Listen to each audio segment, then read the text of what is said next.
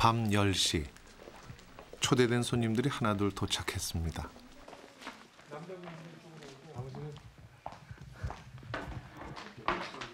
그다음에 자유롭게 아침에 이야기를 하고 몇 분은 또 다른 형태의 손님들은 이곳 방송국에 특별히 마련된 세트에서 잠을 자게 됩니다.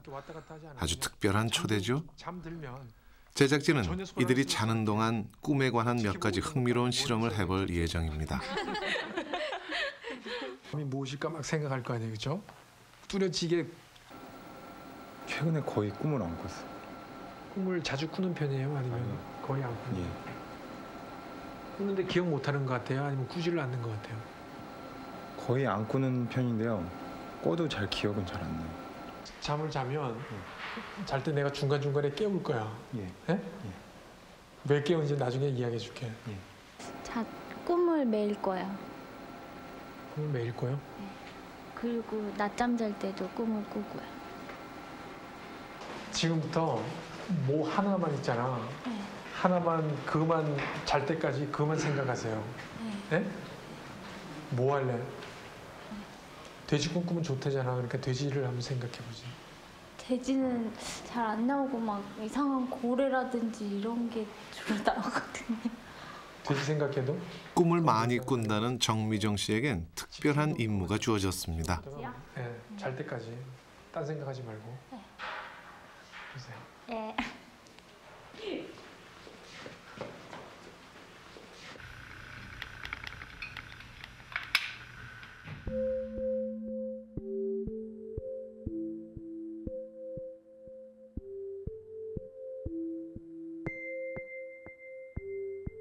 이렇게 해서 인터넷을 통해 모인 10명의 지원자가 잠자리에 들었습니다.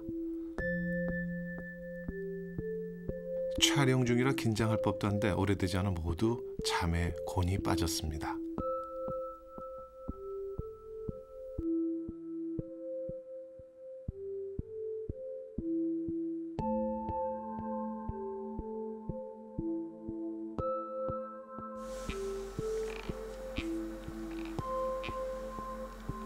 우리는 인생의 3분의 1을 잠으로 보냅니다. 누군가 인간의 모습 중에서 가장 솔직한 것이 잠자는 모습이라고 했던 이야기가 생각이 나는데요.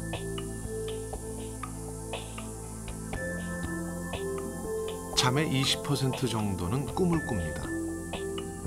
정미정 씨가 빠른 안구 운동 수면에 들어갔는데요. 꿈은 주로 이때 꾸게 되는 겁니다.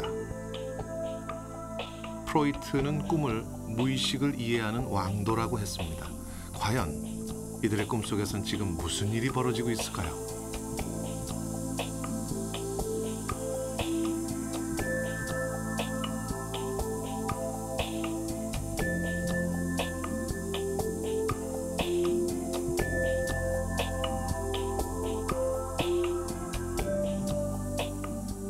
우리는 정상적으로 잠을 잘 경우 빠른 안구 운동 수면과 그렇지 않은 수면을 주기적으로 반복합니다.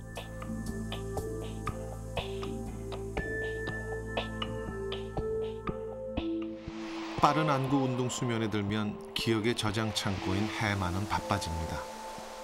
깨어있는 동안 저장했던 기억들 중에서 필요한 것들을 뇌의 피질 곳곳에 분산 저장하는 작업이지요. 장기 보존을 위해서 말이죠.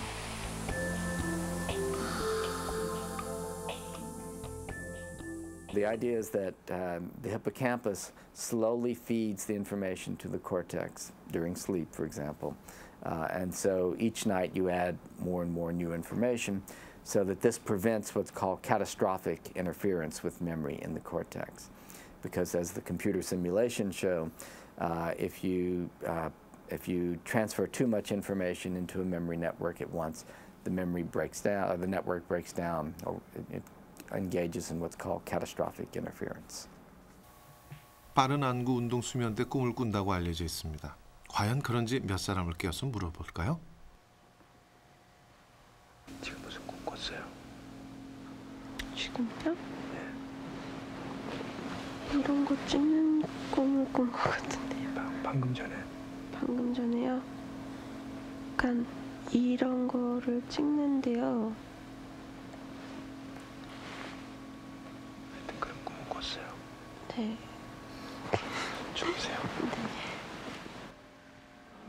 빠른 안구 운동 때 깨우면 항상 꿈을 꿉니다.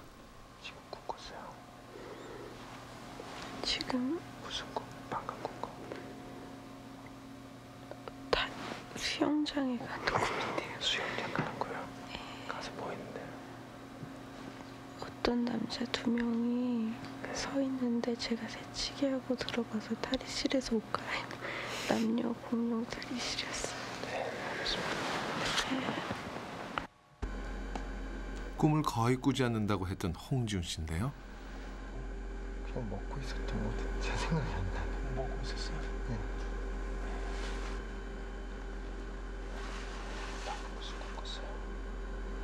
그냥 시험 보고 있는 것 같았어요. 시험 보고 있다? 예. 무슨 시험? 그냥 잘 모르겠어요. 그냥 시험 본다? 예. 필기시험 같은 거? 예. 책상에 앉아서.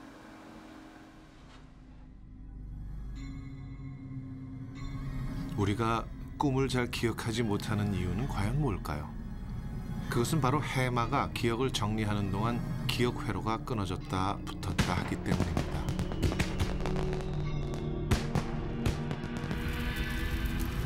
꿈이 조각조각 끊어지거나 단편적이고 괴상한 이미지들이 섞이는 것도 같은 이유죠.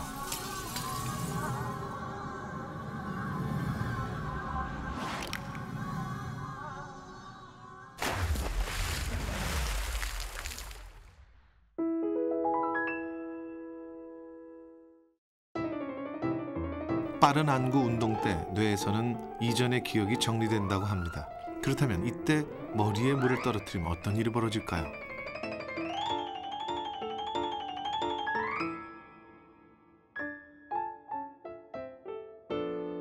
다시 물을 떨어뜨렸습니다.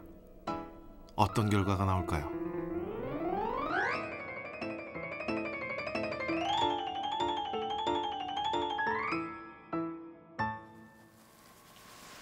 혹시 지금 무슨 꿈 꿨어요? 응? 지금 무슨 꿈 꿨어요? 무슨 꿈?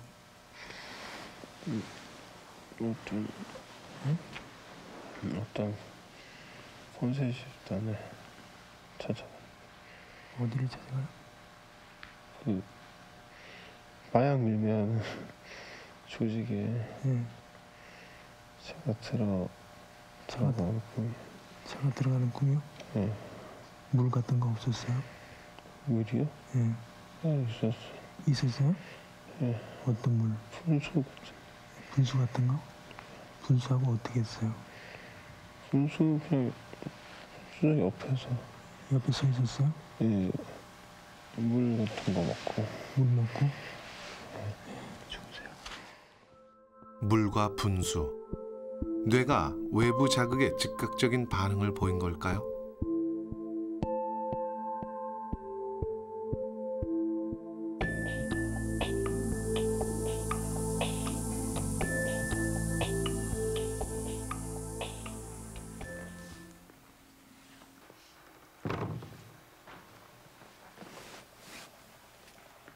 돼지 꿈을 꾸어보기로 한 정미정 씨. 푸스스한 모습으로 잠에서 깨어났는데요. 네, 뭐가 제일 궁금한 줄 알죠? 돼지 꿈 꿨어? 네. 네? 돼지 꿈 꿨어? 근데요, 돼지 꿈을 꾸긴 꿨는데 그 돼지가 그 흰 돼지가 아니고요, 네. 멧돼지였어요. 그 뉴스에 그 서울 도심에 멧돼지 나와가지고 막 난동 부리고 그랬잖아요. 그 뉴스가 그대로 나왔어요. 참 재밌는 결과죠. 잘 때 무엇인가를 집중해서 생각하면 그것에 대한 꿈을 꿉니다. 물론 형태가 바뀔 수도 있습니다. 무의식 때문에 말이죠.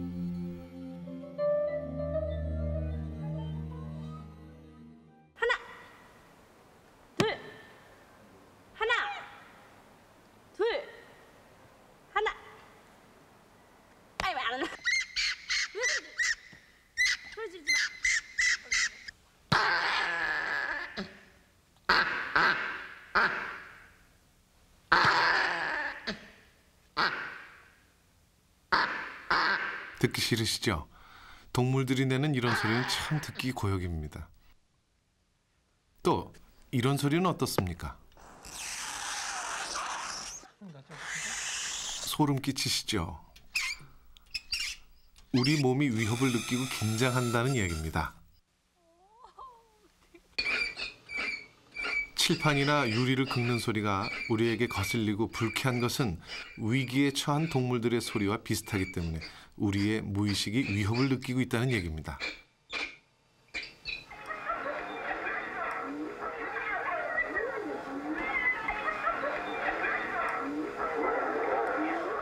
죽어가는 펭귄 소리에조차 긴장하게 됩니다. 한 3,500kHz 소리가 가늘적이면서 하이톤이 나가기 때문에 사람이 듣기 되게 싫어하는 소리가 되는 거예요.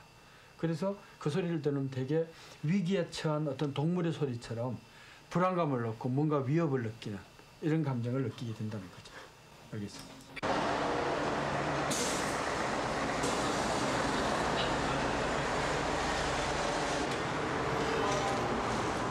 우리들이 본능적으로 느끼는 공포는 또 있습니다. 10층 높이.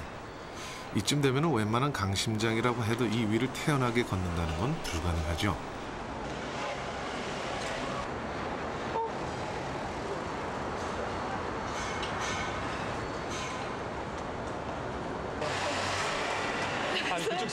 한 발자국 떼는 일이 살얼음판 위를 걷듯 아주 조심스럽습니다. 몸은 떨리고 입술은 벌써부터 새파랗게 찔렸는데요.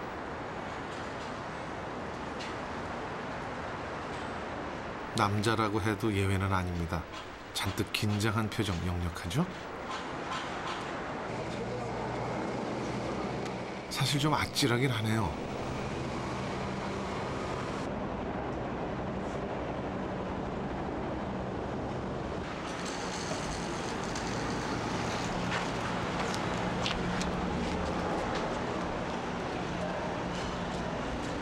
물론 정도의 차이는 있습니다. 하지만 이렇게 높은 곳에 올라오면 대부분의 사람들은 누구나 두려움을 넘어 공포감을 느낍니다. 지금 겁나시죠? 예. 어때요, 느낌이? 네?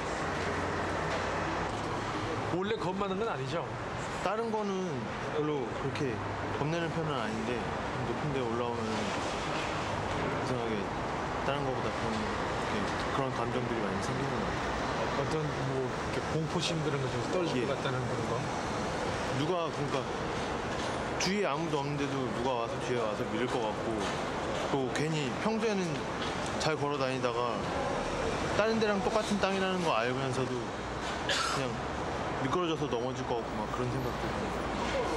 뒤에서 누가 밀 것 같은 그런 막 공포가 막 밀려오고 그래요. 아무도 없는 거 아는데 막 밀 것 같아요. 누군가가 잡아 당길 것 같고 밑에서.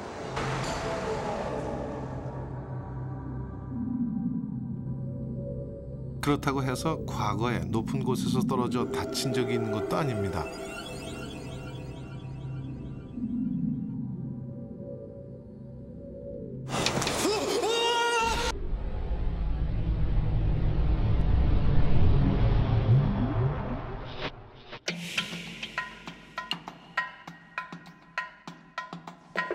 높은 곳에 올라서면 느껴지는 공포감은 진화의 산물입니다.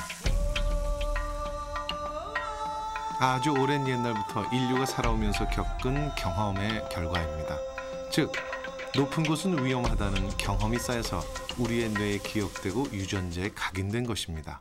이를 집단 무의식이라고 합니다.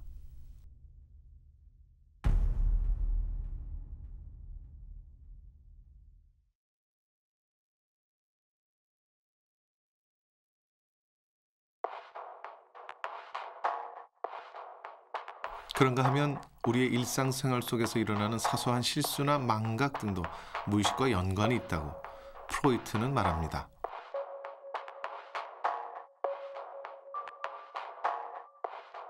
예를 들면 누군가의 이름을 쓰려다가 무심코 다른 사람의 이름을 쓰게 되는 것도 무의식 때문이고,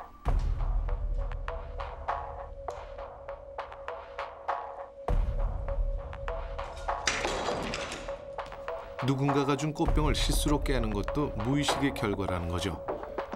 싫어하는 사람과 연관이 있는 꽃병일 수도 있다는 것입니다.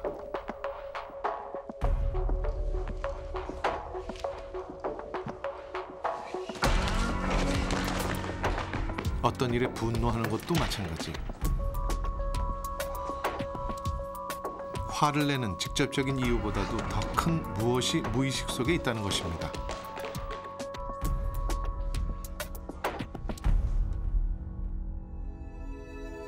비판과 논란이 계속되고 있지만 무의식에 관한 프로이트의 영향력은 지금도 계속되고 있습니다. The fact that somebody is not conscious of something doesn't mean that it's not there. In fact, many times what you find is that people are not conscious of things that they don't want, that are painful, that they don't want to remember. So they don't want to think about it. Or other times, there are many unconscious things that a person is not aware of that's going on inside of them that is still influencing the way they see the world, the way they react to the world, even if their conscious mind is not aware. So the unconscious mind, the conscious mind is like the tip of the iceberg, yeah? The unconscious mind is everything else that's there that usually people are not very aware of what's going on in them. 하면 당신이 가물다. 이거 무의식은 현대 생활에서 많이 활용되고 있습니다. 자, 이 광고를 잘 봐두십시오. 이게 영국의 그 해변 전문 여행업체의 여행사 광고인데요. 언뜻 보시면 유럽의 어떤 뭐 지중해 어디의 바닷가에서 그 선탠 즐기고 있는 피서객들, 또 스포츠를 즐기는 피서객들 이렇게 보실 수가 있는데, 이걸 보시면 일반적으로 소비자들은 아, 바닷가에 놀러 가면 시원하겠다, 재밌겠다 이런 생각을 하시지만은 여기엔 숨겨진 비밀이 있습니다. 언뜻 보면 바닷가에서 제각각 노는 모습입니다. 하지만 잘 들여다보면 남성과 여성이 한 쌍을 이루면서 성행위를 하는 모습을 상징하고 있습니다.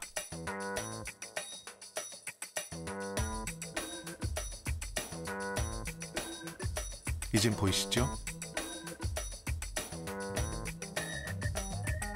인간의 원초적 욕망을 얘기하면 모든 인간이 예외 없이 그거는 본능적으로 반응하게 돼 있거든요. 자기의 의지에 관계없으니까. 단 이제 그런 얘기를 노골적으로 할 수 없을 때 우리는 가치관적으로 그게 사회적으로 허용이 안 되니까 상징이라는 가면 뒤에 숨어 있는 거죠. 진짜 욕망은. 남녀가 양조장에서 일하고 있는 것처럼 보이시죠? 하지만 순수한 생각이라는 은유적 광고 문구와 함께 성행위를 상징하고 있습니다. 이제 무의식적으로는 인간의 심리가 어떻게 무의식적으로는 움직이는데 의식적으로는 자기가 그런 반응을 했다라고 느끼지 못하는 거죠. 무의식이라는 게 자기가 가지고 있는 심리적 반응이 스스로에게 의식 안 되는 게 무의식이니까 자기도 모르는 사이에 갖고 싶은 충동을 가졌다든가 구매하고 싶은 의도를 가졌다든가 이런 것들을 스스로는 별로 인식을 못하는 거죠. 이렇게 무의식을 겨냥한 광고는 의식에 호소하는 직접적인 광고보다 구매 행위로 이어지는 성공률이 높다고 합니다. 그도 그럴 것이 무의식은 우리 마음의 95%를 차지하니까요.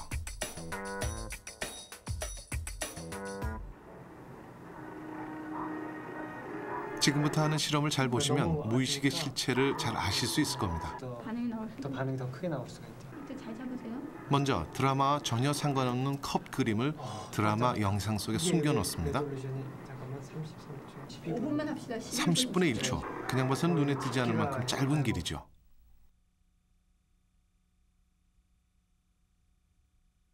화면을 느리게 돌려봤습니다. 이제 겨우 보이는군요. 이게 잡기가 아이고 진짜 지나갔어요 지금? 예, 못 보셨어요? 좀 짜증나네. 자, 이 사실을 까맣게 모르고 있는 사람에게 한번 보여줘 볼까요? 7분. 준비된 동영상을 보는 동안 백정훈 씨의 뇌파는 계속 체크됩니다.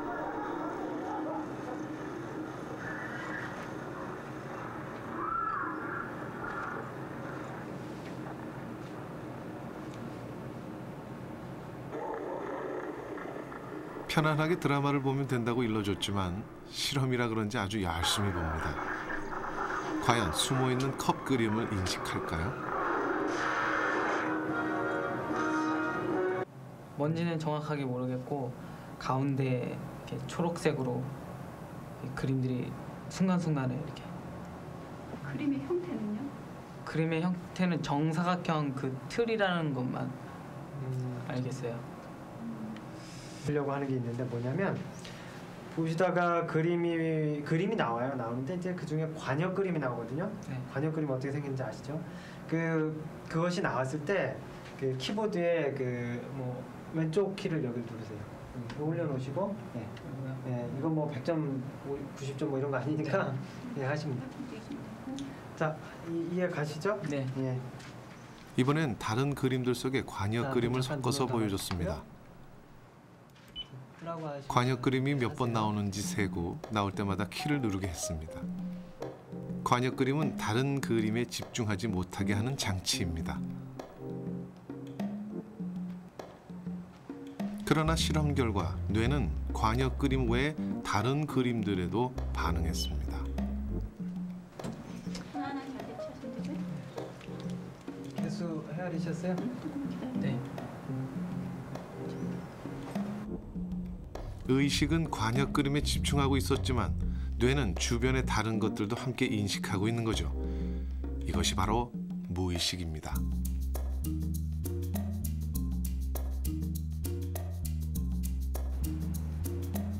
무의식은 의식을 걷어내야 드러납니다.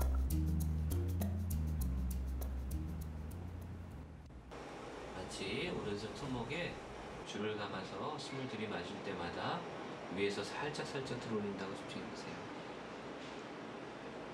그 한 가지 방법이 최면입니다. 최면 시술자의 지시에 따라 의식을 느슨하게 해서 무의식이 활동하게 해주는 것이죠. 편안한 기운이 들어온다고 생각을 하시고요. 숨을 내쉴 때는 몸에 있던 이영숙 씨의 문제는 치통입니다. 빠져나간다고 생각하면서 10여 군데의 병원을 전전했지만 낫지를 않습니다. 이념 속에 무엇이 나쁜 것이 들어갔는데 이 사람들이 밝히지를 못한다. 그래서 제가 병원마다 참 거기서 의료원을 이제 먼저 이제 가라고 써주더라고요. 그거 가다 아무렇지 않다는 거예요. 이는 건강하고 다르다. 근데 어떻게 불편하셨어요? 이가 뭐 이렇게 되면 막 쏘고 그런 거 이렇게 빼도 쏘는 거예요. 이제 이걸 다 빼도. 예. 병원 갔더니 이제 거기 가서 이제 부안과부터 먼저 가더라고요. 거기 가서 보더만 이는 아무렇지 않대요. 다 이렇게 보더만 또 어디 가면 산부인과를 가보라고 그래요. 또 산부인과 가서 뭐 마찬가지고. 어떤 통증이었는지 만들어낼 수 있거든요. 한번 내가 가장 아팠을 때를 편안하게 아팠을 때를 한번 편안하게 떠올려 보세요. 아픈 상황을 떠올리자 실제로 통증이 오기 시작합니다. 혀는 어떠세요? 혀가 쏘고 막 쓰라리로 쏘고 막 그래요. 이 가방도 이상해. 거기도 좀 이상하게 여기도 보기에도 그런데 선생님은 전혀 안 그렇다는 거예요. 내가 거울 보고도 그러는데도. 지금도 이상하세요? 네. 자, 이제 그러면 지금 그분이 최면 상태에서 떠올리셨던 것은 사실은 그 발치를 하면서 발치하는 기간 동안에 한 20년 동안 동고동락했던 친언니를 잃었거든요. 그러니까 그러면서 본인은 별로 그 슬픔을 이겨내려고 했었고, 근데 그런 그 발치하고 그 다음에 언니를 잃었던 게 우연히 겹치면서 그 이후로 언니를 잃은 거에 대해서는 기억을 하지 않는데 늘 치통이 온다거나 아니면 일을 하면서 눈물이 괜히 흐르는 그런 일들이 생기게 된 거죠. 그 통증을 없애는 방법을 일러드릴 텐데요. 지금 혼자서 그때를 상상하면 똑같이 증상이 만들어지듯이 내가 만든 증상은 내가 없앨 수 있거든요. 그 증상을 없애는 방법을 언니의 죽음에서 비롯된 상실감으로 인해 생긴 통증. 이렇게 마음이 만들어낸 통증은 마음을 치료하면 없앨 수 있게 됩니다. 등 뒤에 따뜻한 담요를 둘렀다고 한번 생각을 해보세요.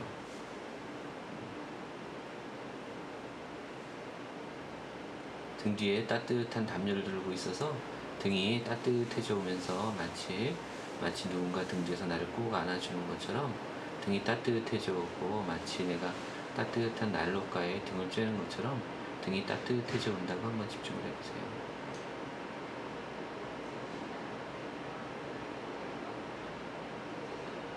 편안하게 숨을 들이쉬고 내쉬고 하는 동안에 마치 얼음이 녹듯이 손바닥이 따뜻해질수록 입에 있던 통증은 점점 사라지게 될 겁니다.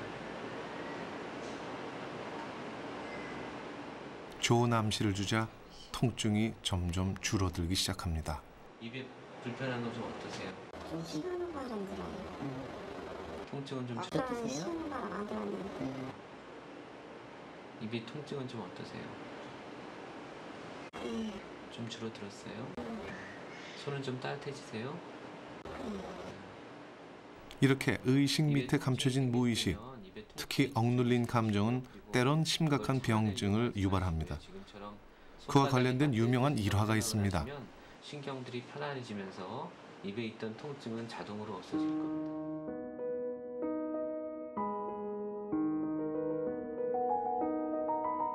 프로이트가 치료했던 루시 이야기입니다. 만성 비염으로 냄새를 전혀 맡지 못하는 루시는 유독 푸딩 타는 냄새에 시달렸습니다. 루시는 가정교사로 일하며 엄마를 잃은 공장 주인의 두 아이를 돌보고 있었습니다.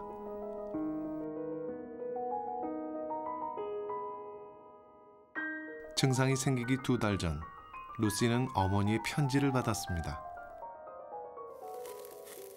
편지를 들고 아이들과 실랑이를 하는 사이 요리하던 푸딩이 모두 타버렸습니다. 냄새가 온 집안에 진동했죠.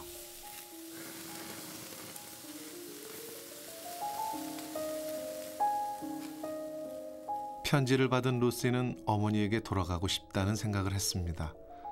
하인들이 자신에 대해 수근거리는 것을 알고 있었기 때문이죠. 하지만 아이들을 돌보겠다고 한 약속이 마음에 걸려 그러지 못했습니다.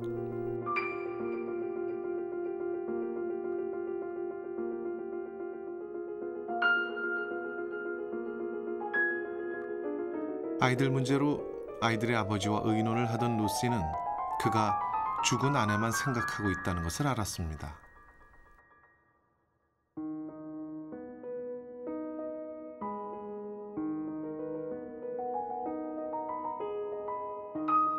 그러던 어느 날 그가 야단을 치자 루시는 충격을 받았습니다.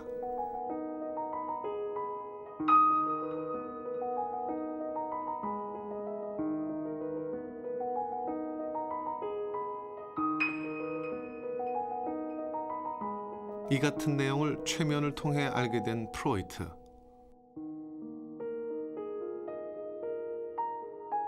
프로이트는 루시가 마음이 동요될 때마다 느끼던 타버린 푸딩 냄새가 무의식에 억압했던 사랑의 상징이라고 해석했습니다.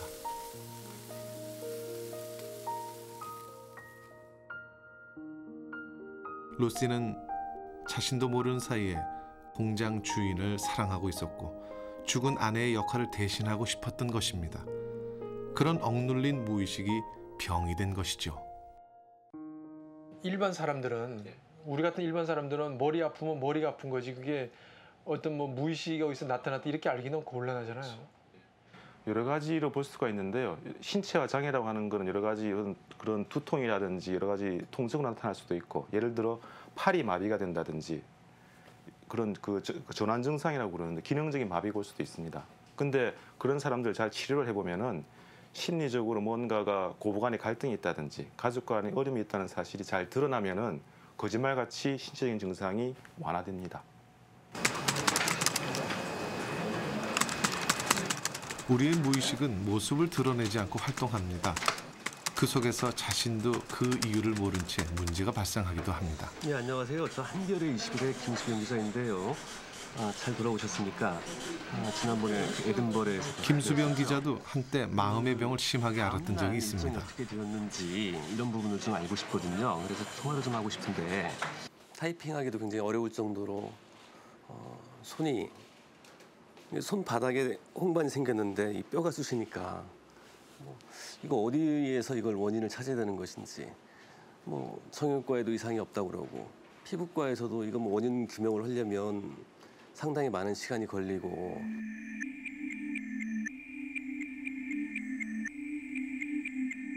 손바닥의 피부 질환으로 시작된 증상은 호흡곤란에까지 이를 정도로 심각해졌습니다.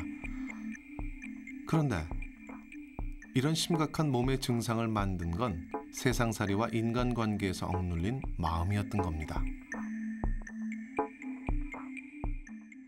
근데 그게 익숙하지 않았어요. 제가 느끼는 대로 표현하지 않는 것에 익숙하지 않다 보니까 그것이 상당 부분 심리적인 억압 상태를 지속되게 만들었던 것 같아요. 느끼는 부분들이 있는데 뭔가 벽에 가로막혀가지고 얘기를 할 수 없는 그런 상황들.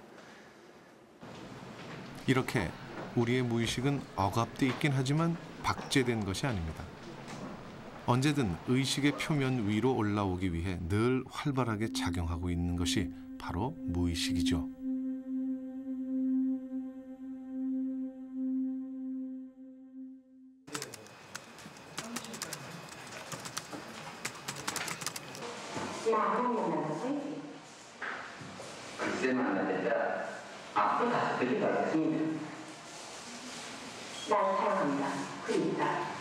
진광진 씨는 제작진이 모집한 정신분석 프로그램 지원자 중 한 사람입니다.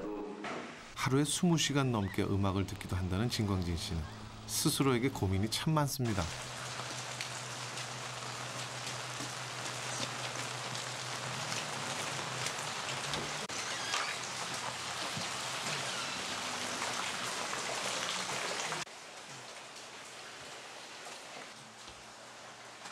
방 안에 들어선 그가 제작진을 세워둔 채 가장 먼저 한 일은 머리카락을 줍는 일이었습니다. 제작진의 눈엔 잘 보이지 않았지만 진광진 씨는 아주 잘도 찾아냅니다.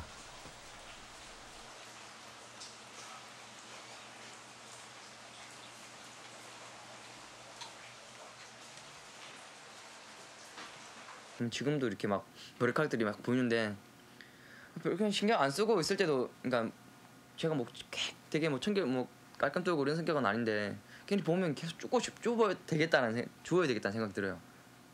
꼭 주워야 돼요. 그러니까 뭘 하고 있든 간에. 심지어 운동을 하다가 머리카락을 주울 때도 있다고 하니 좀 심각하죠. 자신을 괴롭히는 강박적인 행동은 사소한 데서도 나타납니다. 아니면 쓰다가 글씨 같은 거 지금 뭐 이런 석자 이런 거 같은 거 있잖아요. 만약에 제가 원했던 석자랑 이런 석자가 나왔을 때 이런 석이면 이런 글씨 하나 때문에 글씨를 이제 아예 글을 안 쓸 때가 있어요. 그러니까 나는 뭐 이렇게 그러니까 좀 예쁘게 석을 쓰려고 그랬는데 만약에 석이 이런 식으로 나왔다 이러면 이거 때문에 짜증 나는 거죠. 글씨를 이제 막 수업 이거 뭐고부터 이제 좀 글씨 때문에 짜증 나는 거죠.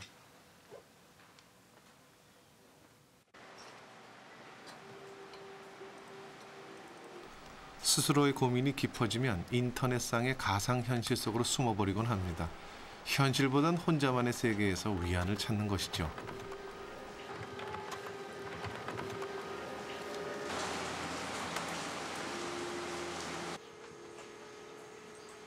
자기 내면의 문제를 알고 싶어 심리학과를 지원했지만 진광진 씨의 마음은 여전히 오리무중입니다.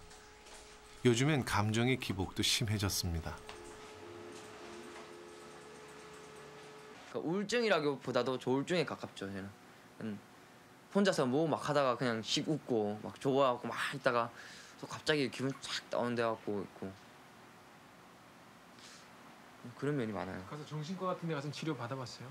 사실 그 부분은 사실 받아보려고 그랬었는데 그때를 아마 고3 이제 수능 치고 나서였나? 아니 중3 때였나 아마 그 한번 받아보려고 그랬었는데 집에서도 그런 얘기를 했어요. 아 엄마 나는 되게 힘들고 막 좀 되게 자살하고 싶은 생각이 든다.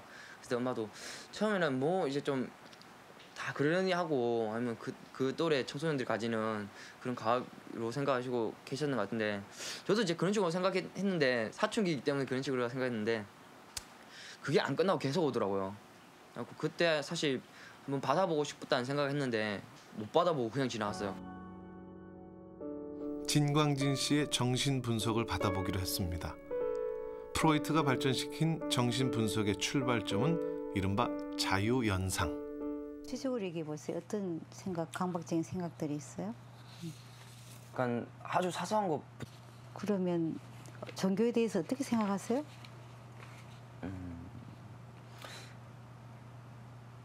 제가 생각하는 이제 좀 계시고. 고향이 어디?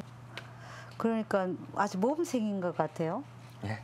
아, 그렇지. 무엇이든 머릿속에 떠오르는 것을 말하게 합니다. 뭐 술도 많이 못 드시고 그러겠네. 예. 요즘은? 지금은 이제 뭐 보면 좀 이제 아버지 뒷모습 보면 좀 쓸쓸하죠 이제. 남자의 삶에 대해서 생각도 좀. 질문과 답이 꼬리에 꼬리를 묻니다. 교통사고 언제 일어났어요, 정확하게? 이런 과정을 통해 기억의 저편, 무의식 속에서 실마리가 될 만한 것을 찾아냅니다. 그러니까 그전에는 아버지를 되게 미워하고 그랬었는데. 그러니까 아버지를 미워했을 때 뭐 그거 한번 상기해봐요. 어떻게 미웠어요? 좀 기억해 보세요. 아버지 한참 미워할 때요. 아버지 한참 미워할 때는 뭐 참 이런 말을 하면 좀 너무 뭐 아버지 때리든지 뭐 아버지를 뭐 어떻게 해야 되겠다 라는 그런 생각 들 정도로 좀 그런 게 있었어요. 근데 그래갖고 그렇게 좀 많이 미워했죠 아버지를. 처음에는 어머니를. 그러니까는 지금 할머니 할아버지하고 같이 살기 이전부터. 이날 일단 진광진 씨 무의식 속에서 찾아진 것은 아버지에 대한 이중적인 감정입니다. 무섭고 미운 아버지. 부모의 부부싸움은 어린 진광진 씨에게 어머니를 동정하고 아버지를 미워하게 했습니다.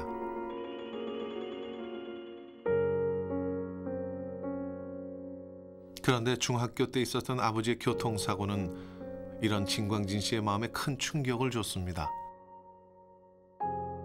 크게 다쳐서 누워있는 아버지는 자신이 미워하던 그 아버지가 아니었던 겁니다.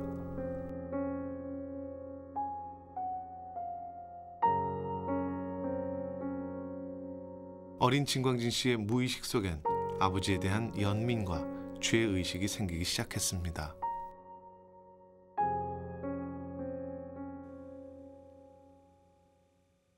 엄마가 약해 보이잖아요. 힘으로 보면 약하잖아요. 엄마가 고생하는 것 같잖아요. 그러니까 엄마 편을 들고 아빠가 굉장히 미웠어요. 그것도 자연스러운 거잖아요. 어떻게 보면. 자연스러운 감정이고, 그런데 그런 것이 있는 와중에서 아버지가 그런 교통사고를 갑자기 낸 거예요.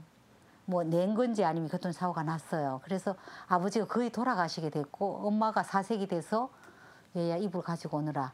그러니까 이불을 꼬마가 그때 중학교 2학년인가 이렇게 그걸 안고 가면서 우리 아빠 죽었으면 어떡하나 생각하면서 엄마가 뭐 어떤 식으로 전화를 했을지 상상이 가잖아요. 얘는 막 놀래가지고 덜덜덜덜 떨면서 울면서 간 거예요.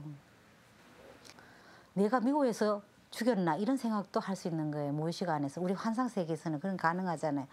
내가 혹시 미워해서 죽였나 이런 것도 이 학생은 감히 그런 생각 할 수 없죠 지금. 그리고 아무도 그런 생각을 감히 할 수 없는데 무의식 안에는 그런 퀘션 마크가 그런 물음들이 절비하게 있는 거죠. 그게 이 사람을 괴롭힐 수 있어요. 그게 지금 강박증이나 우울증으로 이제 상징적으로 나타날 수 있죠. 엊그저께 같은 경우도 제가 핸드폰 갖고 이제 게임을 막 하고 있었는데 무의식에 억압된 감정은 우울증이나 강박증으로 표출되기도 하지만 때론 공격성으로 나타나기도 합니다. 네, 약간 벅차요. 평범한 직장인 유철희 씨. 그는 어느 날 문득 자신의 마음에 심각한 문제가 있다는 것을 느꼈습니다. 저는 이해가 안 가는 게 몇 가지가 있긴 해요. 그러니까 어머니하고 이제 직장 생활의 스트레스 때문이라고 하기엔 문제가 심상치 않습니다. 상사님이나 그러다 보면은 우리 어머니하고 관계나 뭐 어린아이들을 보면은 거기 막 가지고 막 돌아다니고 그러면 귀찮아가지고 이제 강아지 차는 것처럼 막 차고 싶기도 하고 그 전철역에서 이제 사람이 있으면 밀어버리기도 싶기도 하고 전철이 들어오는데 그런 아주 공격적인 상상들이 많이 일어나더라고요. 그래가지고 제가 깜짝 놀랐죠. 되게 불편했었어요. 왜냐하면 여태까지 살아오는 데서 그렇게 타인들한테 그렇게 공격적이고 그런 게 전혀 없었거든요. 자신도 통제할 수 없는 심리적인 충동들이 생겼고 직장 상사나 동료들을 공격하는 상상을 하곤 했습니다.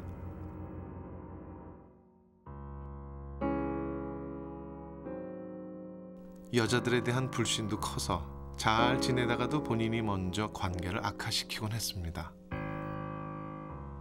아이들이 놀고 있으면 걔가 좀 차가지고 차버리고 유철희 씨의 무의식을 들여다보는 여행이 시작이 됐습니다. 앞에서 보았던 자유연상을 위한 대화가 이어집니다. 안 하고 싶은 거예요? 네. 그거를 왜 그렇다는 거를 미리 대답을 하면 정신분석이 아니에요. 어떤 네. 가정을 가지고 이 사람 안에서 올라와야 되는 거예요. 자유현상을 통해서. 아주 자연스럽게. 어떤 이론으로 올라오면 고치기가 어려워요. 머리로는 알 수 있을지 몰라도 그 문제 해결은 안 되는 거예요. 이게 문제 해결이 되려면 체험을 통해서 자연스러운 어떤 체험을 통해서 올라오는데 이건 옛날 기억과 지금 현재 기억과 현재 기억 중에도 자기가 모르고 싶은 것들이 많아요. 방으로 탁탁탁 하다가 여기 오면 이렇게 올라오는데 다 올라온다니까 줄줄이 땅콩처럼 막 올라와요. 절대로 지르기 싫다는 거예요. 그렇게 무의식 속에서 올라온 기억들 중에 실마리가 될 만한 기억을 하나 찾았습니다. 안 믿기도 하고.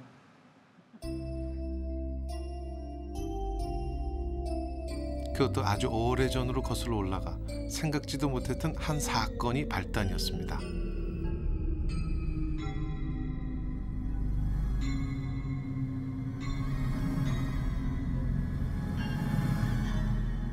다섯 살 유철이는 장난을 치다 오물로 가득 찬 동네 거름 구덩이에 빠졌습니다. 구덩이는 제법 깊었고 하마터면 목숨을 잃을 뻔한 큰 사고였습니다. 어머니는 이 사실을 알 리가 없었습니다.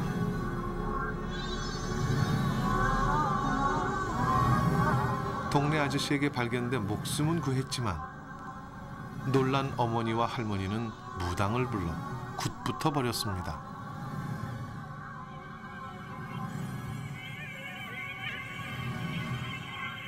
그러는 동안 어린 유철이는 응급실에서 혼자였습니다. 내 생각으로는 이제 어머니가 내가 진짜 필요했을 때 없었다. 나를 배반을 했다. 가지고 어머니 같은 존재는 이제 나를 내가 신뢰할 수 없는 그런 존재들이다라고 생각을 하고 인생을 살아오다가 보니까 되게 외로웠었고요. 이제 기댈 사람이 없다는 거에 대해서 되게 많이 스트레스를 많이 받았고 또 어머니와 연관돼서 여자들은 또 이제 믿지 못할 상대들이다라고 생각을 해가지고. 유철희 씨는 자신의 상처와 관련된 기억을 되돌아봤습니다. 챙겨주시는 게 이런 재체험을 통해 무의식 속에 있던 어머니에 대한 오해를 풀었습니다. 그래요? 예. 그리고는 달라졌습니다. 아버지 댁으로? 네. 그래서 가장 크다란 차이점은 이제 부모님들과 저의 가족들이 되게 편하게 느끼는 게 가장 크다는 차이점이에요. 옛날에는 이유도 없이 막 버럭버럭 화가 났던 저가 이제는 많이 웃고 많이 밝아지고 긍정적이고 그런 모습들이죠. 정신 분석을 통해 유철희 씨는 자신을 깊이 이해하게 됐고 가족이나 주변과의 관계도 원만해졌습니다. 자신을 괴롭혔던 공격성도 물론 사라졌습니다. 피아노를 좋아하던 저스틴은 한때 피아노를 칠 수 없을 만큼 통증으로 고생이 심했습니다. The only thing that I care about is that the pain is gone, and if it's gone, then that's all that matters. You know, it's just the. 저스틴이 피아노를 다시 칠 수 있게 해준 것은 바로 이곳.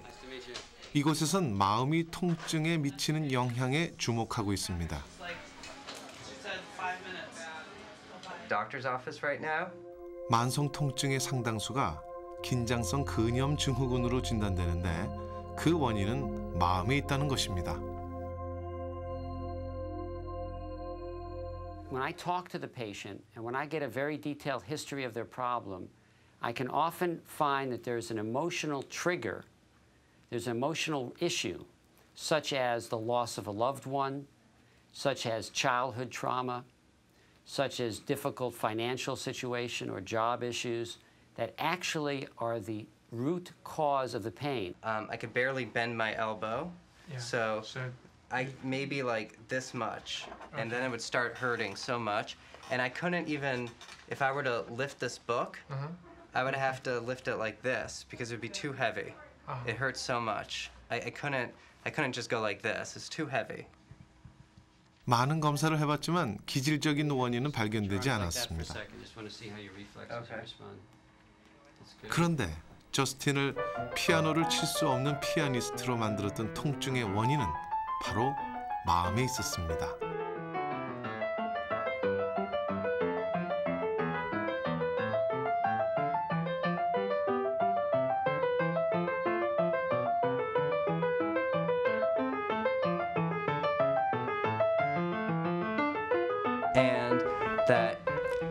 And a perfectionism where nothing is good enough and everything has to be always better. And because of that, you feel responsible for everything around you. And so it's almost like an overwhelming sense that you go through your life. Medical school now. I remember you saying to 저스틴과 me, 비슷한 경험을 한 사람들의 모임입니다. you lose your pulse. Your pulse in you know, this book is the greatest and people get better just from reading the book. And I thought two things. I thought, number one, my problem isn't back pain. My problem is repetitive strain injury, so how can that apply to me? And number two, oh, please. Give me a break. People get better just from reading the book. What a load of hooey. 이 책의 저자는 많은 통증이 몸이 아닌 마음을 통해 치료되어야 한다고 주장합니다. Yeah, but don't you see, that's the strange and interesting thing about this. Clearly, the brain has decided that the pain is preferable to dealing with the emotions, feeling the emotions, experiencing the emotions, the rage. This is the way the mind is organized at the present time. You see, there's absolutely no denying what I have observed and what I have done. I mean, I have, as you know, thousands of patients who've gotten better. There are thousands of patients who have read one of my books and gotten better. So there's no denying that this exists. 다시 말하면 기질적인 원인이 없는 통증은 사람들의 주의를 몸으로 쏠리게 하기 위해 뇌가 만들어낸다는 것입니다.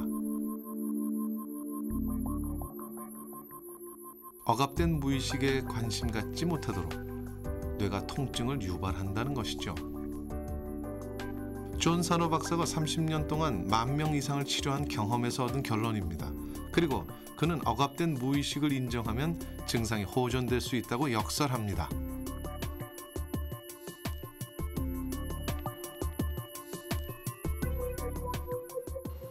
And that very knowledge is therapeutic. That knowledge tells the decision maker in the brain, you don't have to produce the pain anymore. I now know why you were doing this. Imagine that. I'm Ken. This is Rachel. How are you? Hi guys. Come on up. 켄 멜로이도 한때는 통증 환자였습니다. So you have an idea where you want to set up? 집안에 들어서자마자 카메라와 조명의 위치며 자신이 앉을 자리까지 정해주는 켄 멜로이는 영화 프로듀서입니다. 어쩔 수 없는 직업의식이 보이죠? 그를 통증에서 해방시킨 것은 바로 존 사노 박사의 처방이었다고 합니다. And Dr. Sarno says, your brain caused this, but you can use your brain to get rid of it. So his treatment strategy is education and learning. And so he took me on as a patient. I went to the lecture. I studied. I learned. And I became pain-free. And I did not have to uncover the sources of my rage. It was enough just to understand the relationship. And the pain went away. Physical medicine. 그런데 켄의 무의식 속에 있던 분노는 과연 무엇이었을까요? What caused that your pain in your subconsciousness? Well, the emotional pain? For me, it had to do with rage and sadness in relationship to my father and things that happened in my childhood. I maybe didn't get enough approval from him that I wanted. And in therapy, in talking, I can think about that, but in therapy I was able to feel those things. 한때는 회사에 앉아 있기도 힘들 만큼 허리 통증으로 고생했던 이재석 씨. 그가 존 산호 박사의 이론을 접한 건 바로 수술 직전이었습니다. 허리 구조적인 이상 때문에 허리가 아팠던 것이 아니다 라고 저는 그렇게 믿었거든요. 실제로 믿었고 그 논거를 이제 뒷받침해 준 것이 산호 박사의 이론이었고 이 책은 또 그 이론을 좀 더 구체적으로 실행에 옮길 수 있도록 이렇게 많이 도움을 줘가지고 믿고 이 책을 따라 했더니 많이 완쾌가 됐어요. 자, 이쯤 되면 이젠 몸보다 마음에 더 신경을 써야 되지 않을까요? In a really enlightened society, everyone who would have an opportunity to spend some time with a psychologist and learn about their feelings and what's going on inside, I assure you there would be far, far less illness than there is now if this were the case.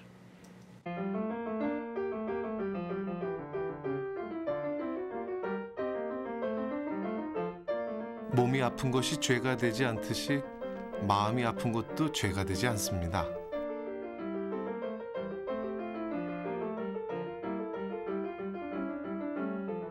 정신 분석 후 진광진 씨는 어떻게 됐을까요? 그러니까 어머니가 그래요. 너는 아버지 닮지 마라. 아버지 닮지 마라. 보통 막 속썩이면 이러잖아요. 근데 커가면서 되게 나는 안 그럴까 했는데 고등학교, 대학교 올라오면서 어머니가 그런 말씀해요. 너는 참 어떻게 네 아버지랑 똑같냐. 행동하는 것도 그렇고 다 그런 식으로 말을 해요. 그러면 저도 모르게 그러니까 내가 되게 미워하고 무서워하고 그랬지만은 닮아간 거예요. 그런 모든 행동들을. 그러니까 또 어머니가 뭐 그렇게 뭐 저한테 못해준 그런 거 아닌데 아까도 방금 형이 전화 왔지만 형이 되게 공부를 잘했어요.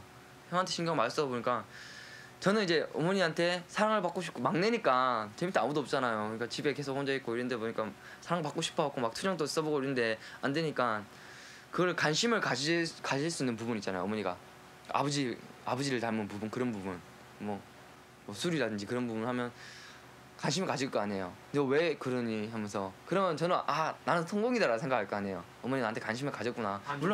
물론 늘 어머니가 이제 관심 가져주셨고 했지만은 제가 생각한 거예요. 제가 생각에는 그러니까 어머니한테 그래요. 나는 부족했다. 어머니는 충분히 줬다 생각하시고 제가 욕심이 많은 건지 모르겠지만은 좀 그랬던 것 같아요. 그 형에 대한 그런 집에 관심이라든지 그런 거에 대해서 불만을 가지게 되면서 좀 어머니가 싫어하는 쪽으로 나가려고 많이 좀 노력을 했던 것 같아요. 지금 그때를 되돌아보니까.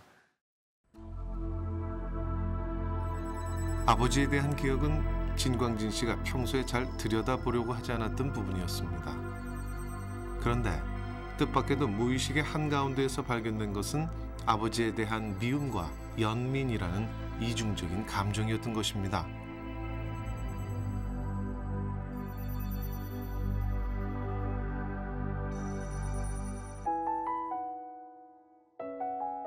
진광진 씨의 마음의 병은 그 회피하고 싶었던 기억들과 직면함으로써 치유가 시작됐습니다.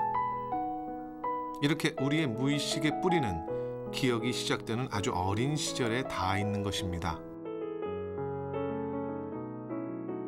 Fühlen zu können bei der Erfüllung der Wünsche und Hass, Ablehnung, Trotz, Aggression, auch bei den Grenzsetzungen, gegen die Grenzsetzungen, die aber von den Eltern liebevoll vertreten werden, das sind die beiden wichtigsten Konditionen für eine gute Entwicklung.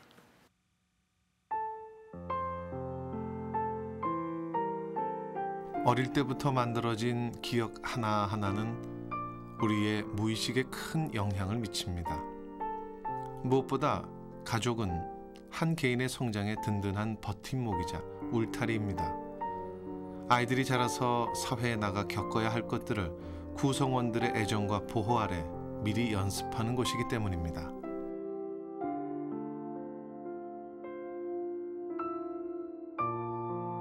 나의 무의식은 내가 살아온 과정, 나의 이력에 대한 총체적인 기억입니다.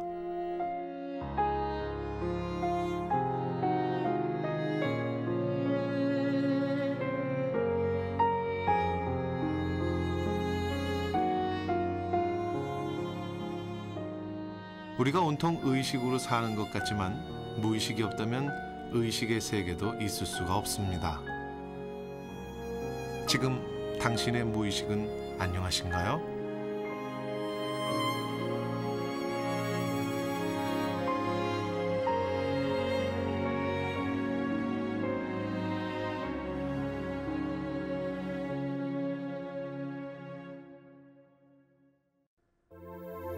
제4편 기억을 버려라가 여러분을 찾아갑니다. 옛 기억에 집착할수록 우리의 몸은 원시 반응으로 굳어갑니다. 그리고 천재가 되는 방법이 공개됩니다. 기대되시죠? 제4편 기억을 버려라입니다.